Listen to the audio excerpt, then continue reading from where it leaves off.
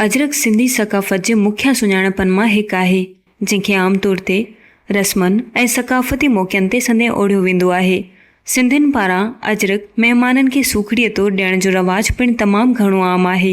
हीअ हिकु सोटी कपिड़े जी चादर आहे जेका तमामु ख़ूबसूरत थींदी आहे। आसारनि ऐं अहञाणनि मां मालूम थिए थो त सिंध में अजरक जी तयारी ऐं इस्तेमालु क़दीम ज़माने खां थींदो अचे थो।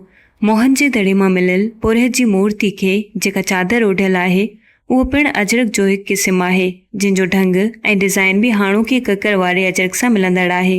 हिकु रवायत मुताबिक़ मोहनजेदड़े जो पुरहित रोज़ानो सुबुह जो विंझण बैदि हिकु नए क़िस्म जी चादर ओढ़ींदो हो। हिकु ॾींहुं पाइण लाइ खेसि अजरक मिली जेका खेसि बेहदि वणी। ॿिए ॾींहुं जॾहिं संदसि बानो अजरक खणण आयो त पुरहित खेसि चयो त अॼु रख, यानी हू अॼु बि उहा ई चादर पाइणु चाहे थो। अरबन अजरक खे अज़रक जे नाले सां सॾियो आहे। अजरक जी माना आहे नीरो रंग।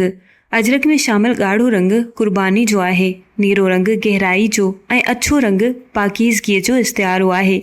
हीउ रुॻो रंग नाहे, ही त जज़्बात आहिनि जेके हर नसिल जे दिलि में पंहिंजी धरतीअ लाइ एहतराम जी सूरत में धड़कंदा रहिया आहिनि। सिंध जी कुंड कुड़छ में जॾहिं कंहिं फ़क़ीर जे कुल्हे ते अजरक ॾिसिजे त इज़त जा मयार वाज़िह थियनि था।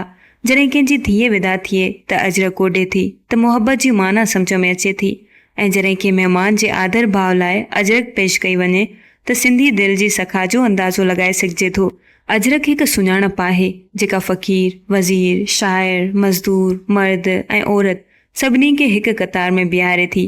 उहा अलामत आहे न सिर्फ़ु सक़ाफ़त जी, पर उन इतिहाद जी बि, जंहिंसां सिंधी क़ौम हर दौर में पंहिंजी सुञाणप खे ज़िंदा रखियो आहे।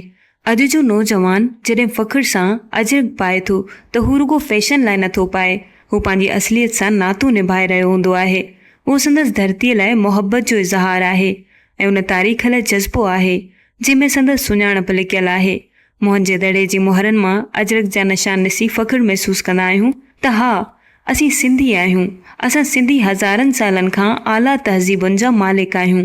अचो त अजरक खे रुॻो सक़ाफ़ती ॾींहंनि में न, पर पंहिंजी रोज़ानी ज़िंदगीअ में फ़ख़्र सां ओढ़ियूं। अचो त उन जे रंगनि खे रुॻो लिबास ताईं न, पर पंहिंजी सोच, पंहिंजे अमल ऐं पंहिंजी औलाद जे दिलनि में बि हुन लाइ मुहबत पैदा करियूं।